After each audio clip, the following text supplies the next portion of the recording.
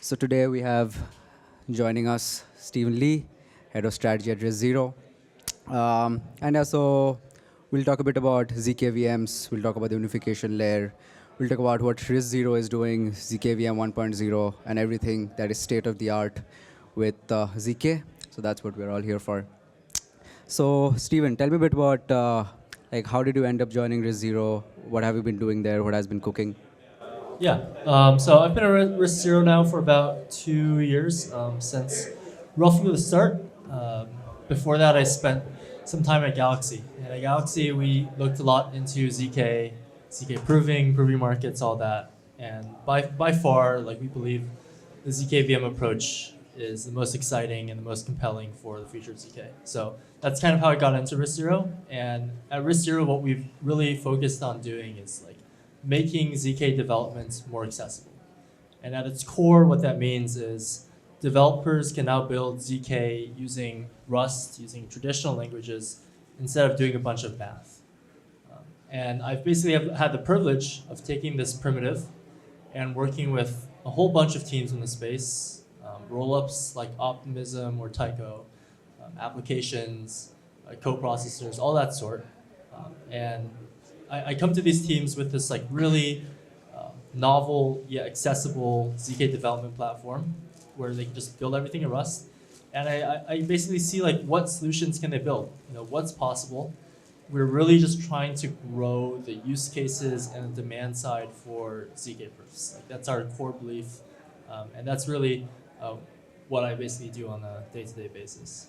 Yeah, that's super cool. I mean, at Avail, we actually have a high conviction in ZK products as well, whether it be ZK rollups or ZK VMs. Like, as you know, we are building Nexus as well, where we kind of do want to leverage proof aggregation using ZK VMs. That's something that we are really excited for.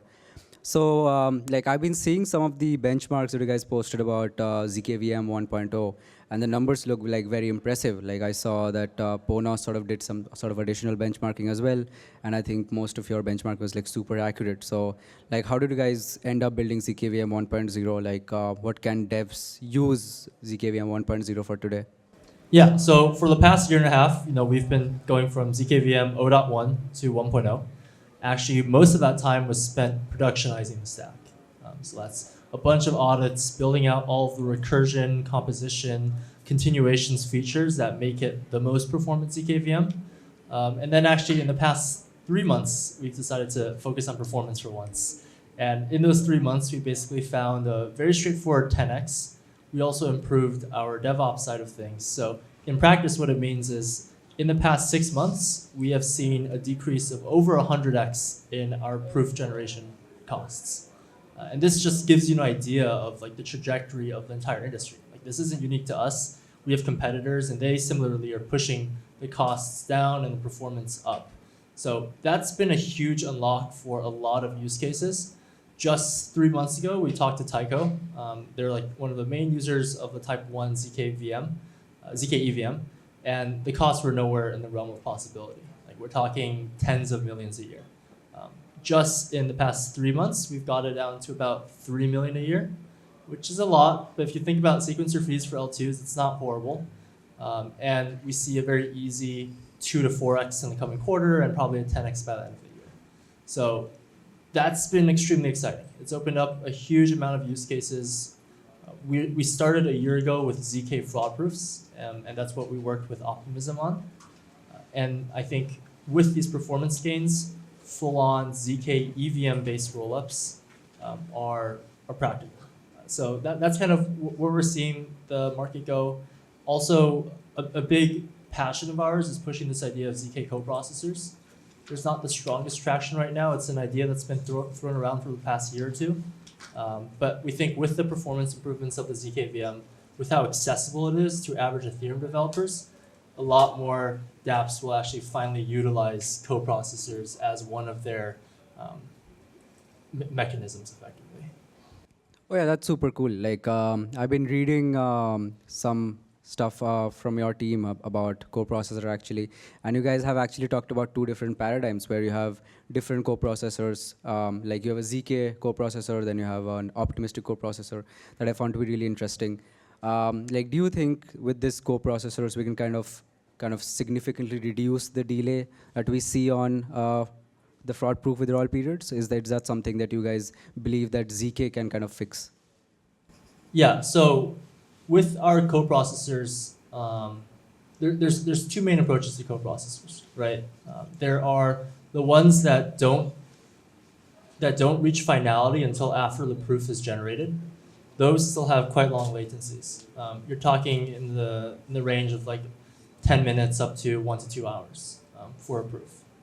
And then there are other use cases. Notably, we've been working very closely with the team, and I think they'll announce it later this week. We've been working very closely with the team to build out a two-sided order book. So this is basically the same thing as Coinbase or Binance. And the order book itself runs fully off-chain. It runs on a server, fully centralized, but the benefit for the user is the user has sub-second trade latency. They have completely free bids and asks. And the only thing that the user waits on is the proof, which determines hard finality.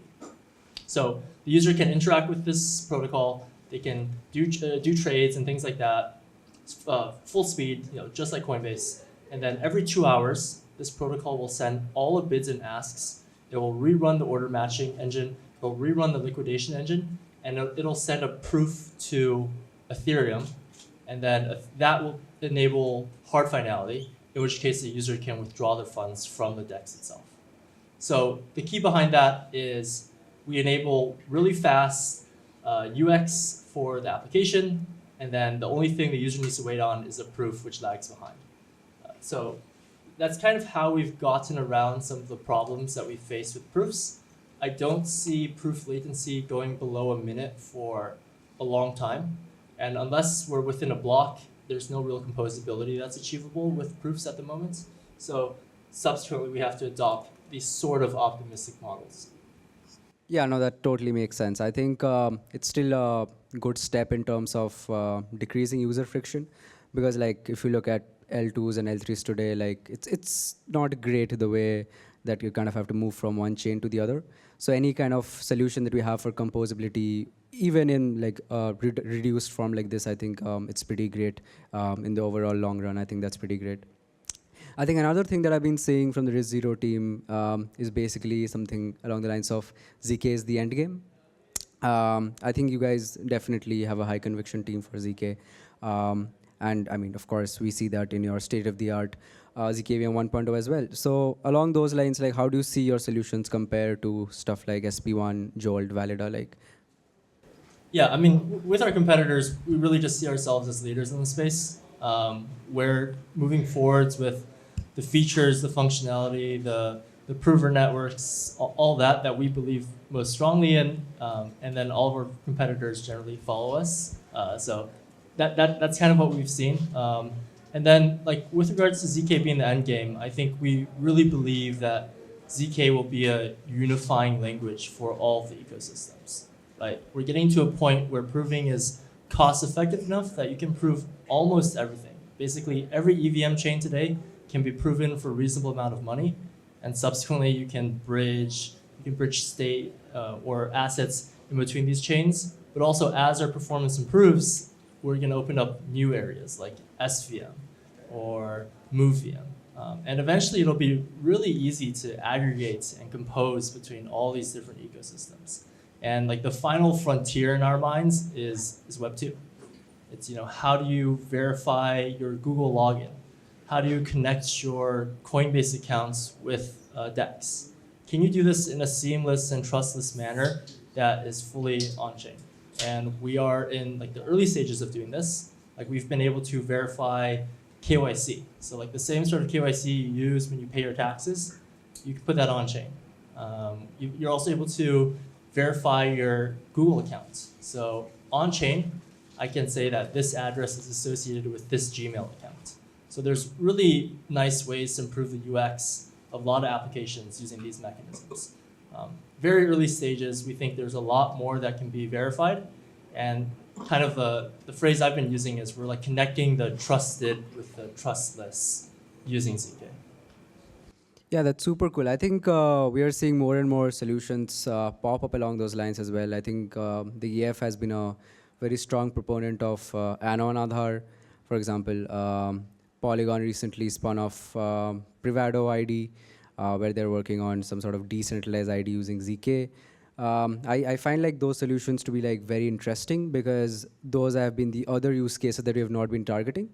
I think a lot of it has been EVM compute only zk, which I mean is cool, but I think that's sort of the one sort of frontier that RISC Zero is working, which is general compute using zk.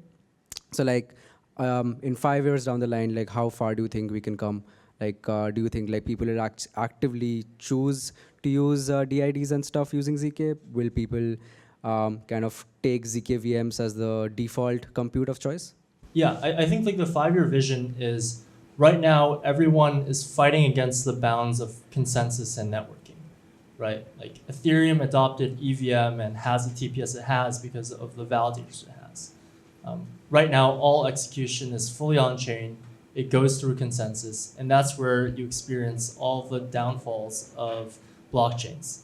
People have built different VMs like MoveVM or SVM. People have tried to parallelize the VMs. People have tried to do new consensus mechanisms. But at the end of the day, there's only so much TPS you can push through, basically. So like the 5-year vision is like, let's enshrine ZK into all these protocols, and let's move all the computation off-chain into the zkVM, into ZK circuits. And this is kind of something that Vitalik's been riffing off about the future of Ethereum. In that future, all the computation, your dApps, your games, your NFTs, etc., live in ZK, and the only thing the consensus layer is doing is verifying proofs. With that method, you can do unlimited, not really, but like lots of compute in the zkVM, and the only thing you need to do on Ethereum is verify these proofs. Like the future might be running, as I said, like running your entire order matching engine in the zkVM and only verifying the proofs on chain. So that's kind of how we think about the future of like blockchain design. It's really focused on like horizontal scaling, right? Having multiple off-chain verifiable compute modules or coprocessors in some ways, and then connecting those all back to a central chain, something like Ethereum or Optimism or Arbitrum. Like we're actually quite agnostic with regards to where we think these ZK proofs should be verified. And in turn, you can basically dramatically increase the compute capabilities of any chain. I think that's an interesting point. So along those lines, like what we're observing is that the execution costs and DA costs, depending on which chain it is, have been sort of slowly going up over time. Of course, Ethereum is cheap to use today, but we have observed when it's like 150 GUI, 200 GUI, right? And like we have already seen it being used as a de facto settlement layer.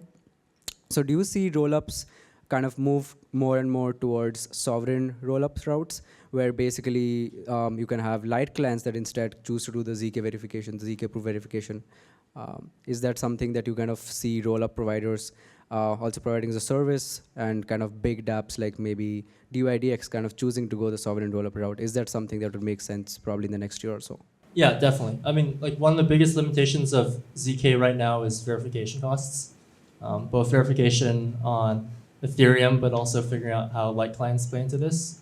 Like verifying a proof on Ethereum costs 250K gas, which actually is a big blocker for the vast majority of use cases. So yeah, like we think rollups themselves can act as verification layers. And then also, yeah, moving towards sovereign rollups with light clients, it's a natural fit. It also plays really well into like some interoperability stories that many teams have been pushing. Yeah, that completely makes sense. Like, I think a big conversation has been with regards to asynchronous and synchronous composability. At Avail, of course, we are building Avail Nexus, which is designed to be asynchronously composable. And it's kind of meant to be an interop layer for all sovereign-based rollups, Avail-based rollups to be more accurate. So for which, like, we're obviously working on using RISC Zero as well to some extent, and we're figuring out how that kind of works best for us. So for teams today that kind of want to use RISC Zero, zkVM 1.0, or the proof aggregation that you guys have, what would be the best way for them to get started? Yeah, I mean, To get started is just to try out our dev docs. I really recommend people to just give it a shot. It is like surprisingly easy. It's just like coding Rust. If you studied CS in college, it feels like you're doing like a college CS project. And you can just click approve and you get the proof of it. The DevX here is so substantially better than EVM because we're just using traditional Rust libraries, crates. You can fork Rust repos from non-blockchain implementations, and you can run all of this in the zkVM. So yeah, I would just recommend people to give it a try. Try to do compute that you normally don't think about doing on-chain, right? Like verifying like OIDC primitives, like verifying Gmail accounts. Do these things that like traditionally are completely ignored in dApps and see how maybe you can use ZK to connect these Web 2, these non-crypto native primitives back on-chain basically. Yeah, I think that makes a lot of sense. I mean, as someone who has tried building with Circom probably like 2 years ago, like the DX does need a step up. Like we saw that with SP1, we saw that with zkVM 1.0, like the DX has been definitely getting better in the ZK space. It's much easier to use, even for like simple programs like Fibonacci and stuff, right? And like if people are trying it today, I feel they'll have a much better time kind of figuring out what ZK is. But I think that is kind of the real distinction that we should make now is that a lot of the people kind of writing the circuits don't need an inherent understanding of like the ZK itself. Like they can kind of write the Rust program as is that kind of does the compute and what it's supposed to be. At least that's what I feel like. That's how it should be. I feel we are slowly getting there. But yeah, like probably a bit far away, but yeah. Yeah, and I think we're seeing the architectures around ZK EVMs change.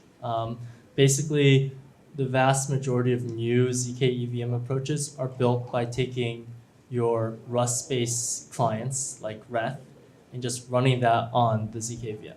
Tycho did that first, but Optimism actually recently rewrote their consensus client in Rust, the non-standard Rust. And the intention behind that is to eventually run that in the zkVM, first as a ZK fraud proof, and eventually towards the full ZK EVM. So like the old, it's not even that old, it's only like 2 to 3 years old. The old approach of using Circom or just writing the circuits by hand, similar to how Scroll and Starkware and ZK Sync approach this, people have basically all moved off of that towards zkVMs. And the core there is upgradability and extensibility, right? You can reuse code, you can build and upgrade your circuits just in Rust. You can copy over a lot of existing implementations and Reth directly onto your layer 2 ZK EVM logic. So yeah, that I think we're really starting to see the industry slowly but surely shift away from these old like Circom-based circuits. Yeah, definitely. Like I just mentioned this previously, but I mean the DX improvements that we have seen at least in the last 2 years have been truly amazing. Like today, like at Nexus, for example, like we do have a great time using RISC Zero for internal infra. So definitely kudos to RISC Zero and kind of all the other teams that have been kind of advancing this space. So that's been great. I think to top it off, I'll just pose another question to you. So as you know, like we are trying to build the unification layer for Web3, and we're working on a proof aggregation component inside our interop layer called Avail Nexus. Like, so how do you feel like this ties into sovereign rollups, or let's say in particularly Validiums that kind of choose to use some sort of aggregation layer or unification layer for the use cases? Like how do you think like that's something that you can accelerate with ZK coprocessors as well? Yeah, I mean, I think unification layers are like clearly the direction that the industry is trending towards. I mean, we're seeing that with Polygon, we're seeing that with ZK Sync. And really general purpose ones, I think, will be the big unlock, right? Like general purpose aggregation, unification, like Nexus, between different stacks, not only Polygon, but also ZK Sync and other ZK EVM or ZK VM-based stacks will be critical to unlocking all of this and making it possible, right? And the big part about enabling ZK VM-based aggregation here as well is we're not even just aggregating, as you said, we're not just aggregating zk EVM validiums or things like that. We can also aggregate order books, app chains, like things that are more like DYDXs and less like EVM rollups. Yeah. And that's, I think, where, I mean, we've been pushing the app chain direction for a long time. The coprocessor narrative is actually something in the middle. It's between traditional dApps and full-on rollups. And like unifying all of this is only possible thanks to zk and unification. Yeah, definitely agreed. Like, I think we have been building a lot of walled gardens. I think it's time that we open those gardens and we have like actual intelligibility between different stacks. That's something that we're actually trying very hard to solve at Nexus using zk adapters, actually currently leveraging RISC Zero tech as well. So pretty cool to see. I think that's pretty much all we have with questions. Do we have any audience questions? All right, I think that's all. Thanks for joining us, Steven. Great chatting with you.